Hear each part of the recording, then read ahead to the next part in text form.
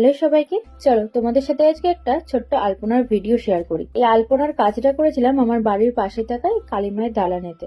তো প্রথমেই বলে নিই, আমি কিন্তু এখানে কোনো রকম ফেব্রিক কালার এবারে ইউজ করিনি। আমি সাদা মার্বেলের ওপর রেড কালারের এশিয়ান পেন্টের কালারটা ব্যবহার করেছি, যাতে কালারটা যেন একটু বেশি দিন স্টে করে।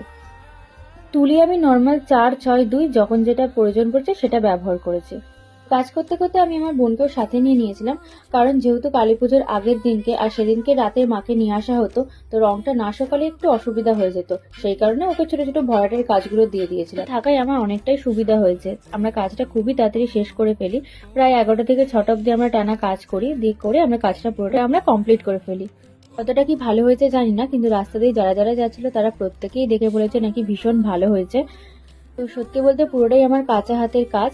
তো তোমরা কিন্তু অবশ্যই দেখে জানিও এই আলপনার ভিডিওটা তোমাদের কেমন লাগলো। তো আজকে এইটুকুনি, দেখা হচ্ছে কোনো নেক্সট ভিডিওতে।